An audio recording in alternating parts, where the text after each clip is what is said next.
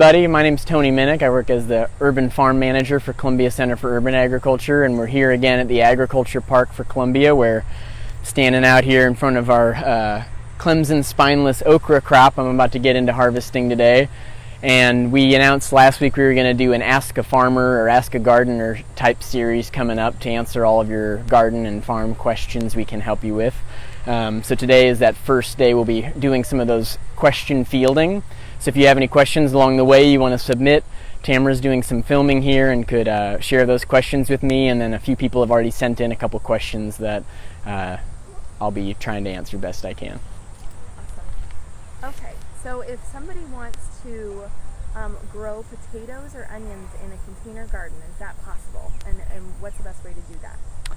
Yeah, I don't have as much experience with container gardening as some of my coworkers. I'm pretty much always in ground, but at home have experimented with a lot of little crops in different bucket sizes and containers. Both of those would totally work. The onions, you kind of have a lot of choices between whether you want to do green onions, the thin type bunching onions, or bulb onions. Most people will start those or buy slips in the earliest spring. They can get the soil workable to transplant them and then have them be harvested midsummer. So for the most part, otherwise you're treating those as most other crops. Space them out, 3 inches minimum between bulbs, or you could do, if you start your own blocks or plug trays, you could do something like 8 to 10 of those green onions. We use a variety called Evergreen Hardy White that are very winter hardy, so they could be started in the spring for a late summer harvest. Or another very possible option for Missouri growers is doing overwintered onions. So it's getting a little late to start them now to get really good bulb onions for the spring, but you can often buy slips, which are fully grown out plants, and transplant them any of these weeks of late summer to have a bulb winter onion crop for the next spring. Or we actually still haven't started our green onions, that Evergreen Hardy White variety. We'll do 8 to 10 seeds per cell or block and transplant those by the end of September for early spring harvest the next year. So you could space those blocks 6 inches apart, maybe 4 to a gallon size pot, or 5 gallon size pot would be better. The potatoes, you could probably only do one plant if it's in a container, 5 gallon container or so. If you have a much bigger container, you could obviously, if it were like a raised bed, you could do them on 6 inch spacing of the potatoes. But potatoes send their tuber production up from where the initial cut seed potato was. So the biggest thing to remember in a container garden is that you want to put them covered under some soil until they sprout at the very base of your container. And then as they grow and send their stem up, you'd want to keep filling in soil above that layer, mounding it up as the container gets taller with soil. That way you have more and more volume for those tubers to size up, and you'll be harvesting from the top down then when the plant kind of dies back midsummer. That would be a crop I would start in the early spring, though it's not the time to do that right now. Okay, cool. If somebody wanted to start gardening for the very first time, is there a couple of plants that you would recommend that are fairly easy to as introductions? If you're starting it right now, there are some good direct seeded fall greens and radishes that I think the seed is relatively cheap. You can try a lot in one pot, and then based on your germination success, thin down, do an appropriate spacing of an inch or two between each of those radishes. Maybe you can fit a pinky in between those arugula greens or mustard greens or baby lettuce greens. All those kinds of seeds can easily be found online. We use the supplier Johnny's seeds for a lot of our greens mixes here. Those are pretty easy. You could also, if you're buying transplants, you could buy lettuce head transplants, or kale plants are often a pretty decent, easy to grow plant. There's a fair bit of pests that you might deal with for that, but I'm trying to think. Yeah, this time of year, there's only so much of a window before our first frost potential in early October. So right now we're looking at less than 2 months, of real grow time. And in that less than 2 month window to start something from seed, you're looking at baby greens, radishes. You could try maybe some smaller variety turnips like the Japanese Hakurei turnips or Tokyo turnips. That might have a nice little crop before fall frost. Okay, great. We have a couple of people who are having issues with the tomato hornworm. and they wondered if you have any tips and tricks on how to deal with that naturally. Yeah, they're really cool. I love those worms, and there's a lot of ways to deal with them. The cool sort of biological checks and balances answer is that in our farms, providing a lot of ecological habitat provides a lot of niche living for parasitic wasps that will lay their eggs inside the bodies of the tomato hornworm, and you'll see the little larvae cocoons developing out of the body of the worm as they desiccate it from the inside out, and basically parasitize the worm. So that's a cool way to see your worm problem be dealt with, and we've seen that a lot at our Veterans Farm site. As we're establishing more diversity out here at the agriculture park, that's a goal for the future, is to have that more integrated, holistic form of pest management. But if you're dealing with 1 to 10 tomato plants, in my opinion, it's actually relatively easy to wait until the early evening and just hand pick them off and give them a stomp, or you can kind of feed them to your chickens if you have them, but they tend to just kind of mess around with the worm. They don't eat it too well. They're usually identified by their size, their large green, the little red horn on the tail, and they're usually large in proportion to the amount of tomato they've already completely ruined in your garden. So you can usually find their poop, their frass it's called, little orangish dark green pellets, and you can look up from where that frass is on the plant, and often it'll be there. They also just throughout the day move from the bottom of the plant in the early morning up to the very top by the end of the day. So I usually, if you have the ability to just go around dusk, the lighting's really nice at that time, and you can usually see them kind of in the shade of the plant at the top munching away, and just hand pick them off.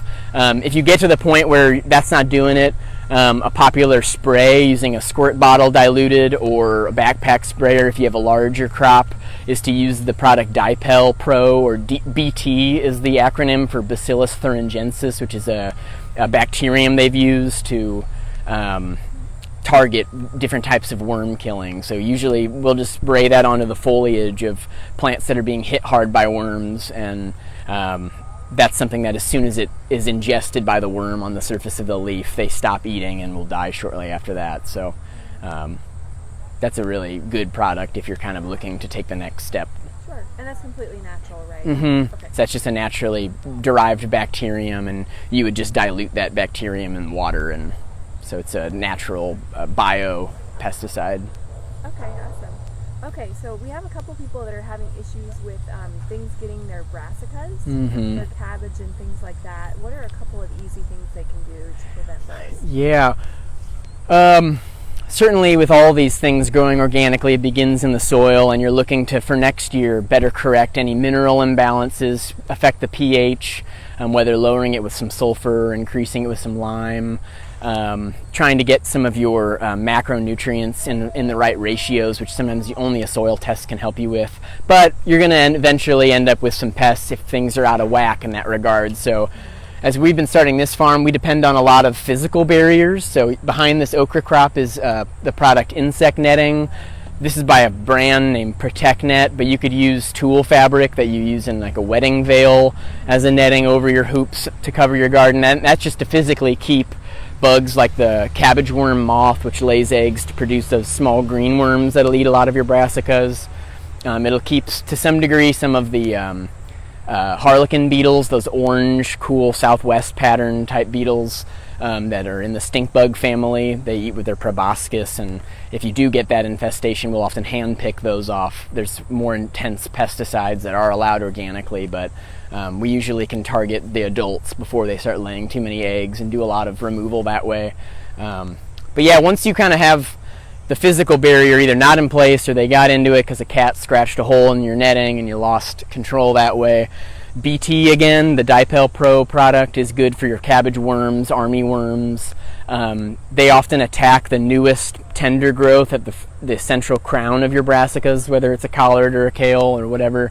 So you can usually find them and target them in the center with that spray.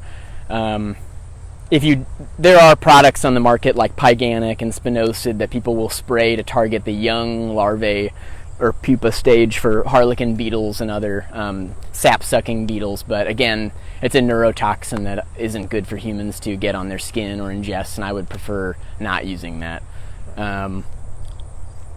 think that those are the main pests we have here. Aphids and other small pests are kept out of this super thin mesh insect netting. Again, aphids often they target plants with excess nitrogen in their system because it's not being effectively used up in protein synthesis. So you're again trying to just balance your soils. Okay, great. We've gotten a couple questions in the past about zucchini and cucumber, harvesting them. Mm-hmm. People don't know necessarily how long do you let them grow for, how big should they be?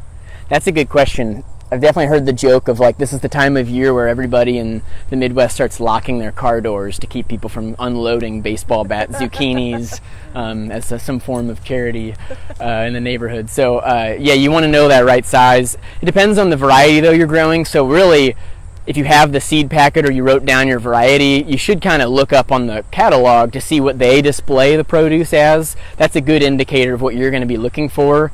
Some examples though that we do are, and I should say the quality you're looking for is low seed content, which is picked younger, low pithiness, so you don't want it to be kind of chewy and stringy in its texture. You still want it to be kind of tender, not too high a water content compared to what they already have. They're already just mostly water. And that'll help really slow down the amount of time it takes to cook them if you're roasting them. They hold up a lot better if you're pickling or fermenting them when they're smaller and crunchy. But anyway, we do a lot of pickling cucumbers here, so that's the type you'll see in those little gherkin jars. And if we miss the harvest, we do it 3 times a week. We harvest them Monday, Wednesday, Friday, vary on the calendar. And we're looking for 3 to 4 inch little pickles sized cucumbers for that. If we go even one day too long, they often will get larger, seedier. We'll still sometimes include those because they're pretty good, but your typical English cucumbers or long cucumbers for slicing, again, there are Armenian cucumbers that you want to be 12, 14 inches long. There are those English type that you're looking maybe more for the 6 inch. But you ultimately want to kind of experiment with them from the smaller side up. And if you like them at 6 inches, that's great. Go for that. There's no rule about it in that regard, but I think they taste a lot better when you err on the side of picking small and picking often. Okay. And what if I've had this happen before? What if I had a zucchini specifically that just I forgot it was there, I didn't even see it, and it got huge? Mm-hmm. I can still eat it, right? Yeah, totally. I mean, there's nothing wrong with you can eat any of those sizes. They just will be huge, and you'll have probably, if it's that wide, you'll have probably a good 2/3 of that will just be a seed cavity on the inside, so you can cut it lengthwise or whatever and core out all of those seedy guts in the middle for a lot of those large summer squash, kind of like you would a pumpkin or a winter squash of some kind. But yeah, it's all good still, so you get a lot more volume out of it that way if you go that way. I would definitely, either way though, whatever call you make on eating it, remove it from the plant so the plant stops dedicating energy to sizing that thing up, and it'll focus on more fruit development. The more you pick all these crops, the more production you'll get of quantity. Okay, and this one's just for fun, but what's your favorite vegetable in the summer to eat? Ooh, that's a hard one. There's so many good ones. Well, I mean, tomatoes is not very interesting an answer, but we've been chomping at the bit because we got ours in late this year. So that is just, I'm just dying to have tomatoes and BLTs in just about every meal. We grow a lot of hot peppers too here, which I'm not as naturally a hot pepper connoisseur. I can't handle too much more than the jalapenos and poblanos and stuff, but I like to just experiment making hot sauces with all those. So that's one of my favorites, just trying different hot pepper varieties. Okay, very cool. Well, that's all we have so far, but cool. Thanks so much, Tony, for doing this. Feel free to submit more questions and I can answer more online later, or we'll probably do this again sometime soon, so we'll aggregate questions and do it. And thanks for tuning in.